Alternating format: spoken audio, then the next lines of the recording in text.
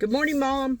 All right, we're going to read chapter 1, Stop in the Name of God. It seems like a pretty long chapter, but I'll read as long as I can. All right, Genesis 1:1. In the beginning, God created the heavens and the earth. Look around you for a moment. Maybe you see trees intricately woven together, their leaves trembling in the breeze. Perhaps you gaze upward into a vast blue sky in seemingly limitless expanse. Or maybe your eyes rest on something as ordinary as your own feet. Whatever your vantage point, you are observing an effect evidence of a cause. And that cause, of course, is creation. Two dominant theological worldwide views currently compete in the West, cutting deeper than denominational differences between Christianity, Islam, Judaism, or other religious traditions. Before we even enter the realm of doctrinal distinctions, before we ask whether the God of the Bible is the one true God, we must first confront what I call the Western binary. Fundamentally, there are only two possible explanations for our existence. One, you are created, you are designed, your life has purpose and intentionality. You are not a mistake, you are a miracle. And number two, you are a mistake. You are the product of random mutations and molecular coincidences, a happy accident. Your consciousness, agency, and emotions are simply the result of neurons firing in just the right pattern over the course of millions of years. You are not a miracle. You are merely the most advanced arrangement of carbon in the room.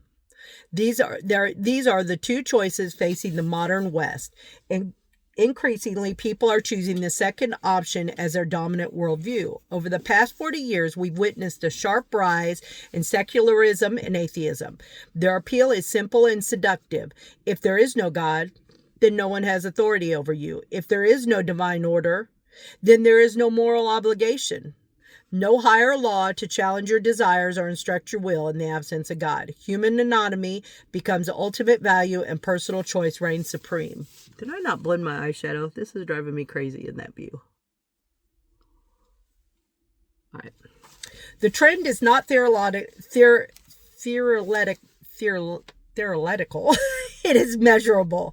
It's not a theory.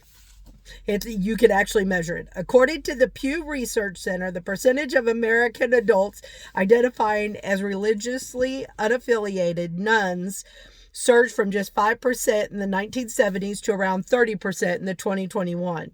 Among younger generations, the numbers are even more stark. Over 40% of millennials and Gen Zers claim no religious affiliation at all. In Europe, the picture is even more dramatic still. In countries like Sweden and the United Kingdom, belief in God has dropped below 50%, less than half. Percent, and regular religious participation is often in the single digits.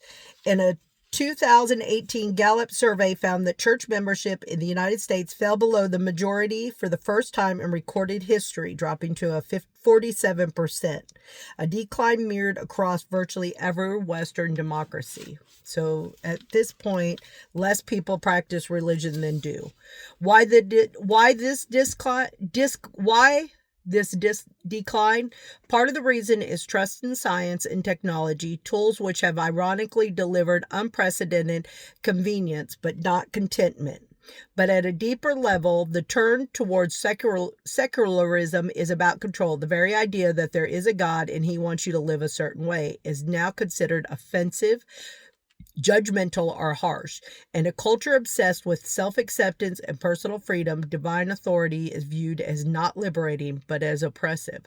Our modern gods are autonomy, affirmation, and endless choice. And yet, if you are among the few in the modern West who still believe we are created, that our existence is not a cosmic fluke, but a divine intention, then your journey begins not in philosophy or politics, but in Genesis 1:1.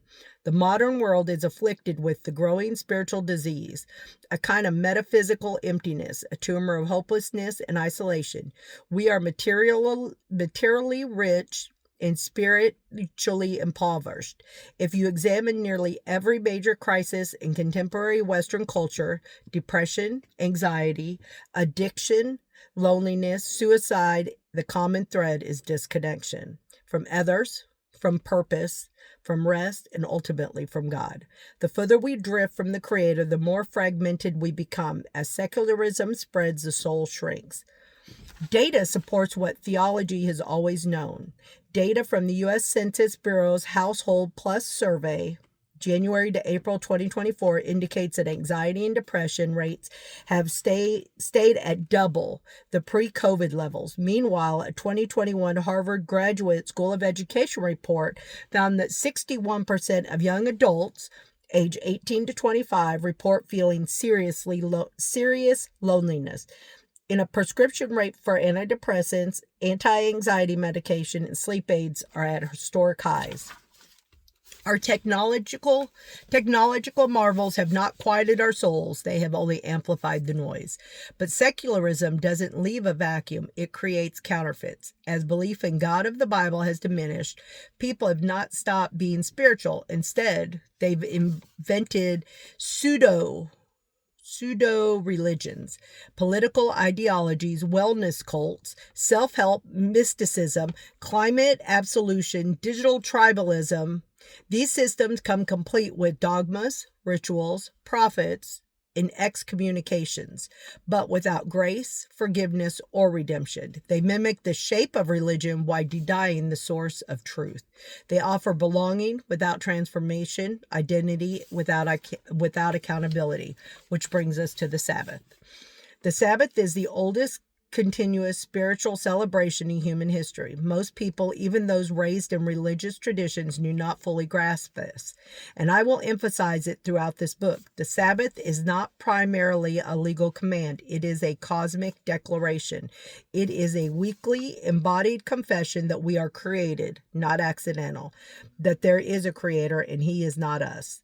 To keep the Sabbath is to resist the pull of secular chaos. It is to stop, rest, and to say with your body what your mouth may forget to say. I believe in Genesis 1:1. The Sabbath calls you to lay down your illusion of self-sufficiency and remember that your life designed, not random. Then the Sabbath becomes more than a rest day. It becomes a weekly act of praise, a ritual rhythm of gratitude, a declaration of allegiance. Upon a closer reading of Genesis 1:1 in the creation story, we learn 6 major things about God: his nature and our relationship to the God of the Bible. All these lessons were instrumental in laying the foundation of the West, and all these truths are celebrated weekly during the Sabbath. At the end of the list, I hope you will pause and internalize just how significant Genesis 1:1 is for you, our world, humanity, and most applicably to this book, how you spend your time. I built a career on explaining complex ideas. Millions follow me for clarity on the greatest and most pressuring issues of our time. And yet, even with all that experience, I find it difficult to fully express the weight and wonders of Genesis 1:1.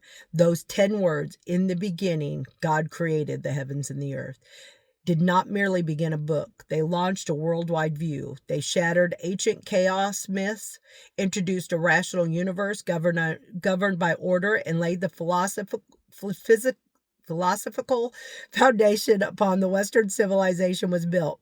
Every assumption we make about meaning, matter, morality, and its mind tracks back to this verse. It didn't just explain the world, it made understanding the world possible. Before I go any further on this topic, I must give credit to Dennis Prager for his numerous teachings through the decades that helped consolidate this list of things we learn about God and the implications of Genesis 1:1 in this list.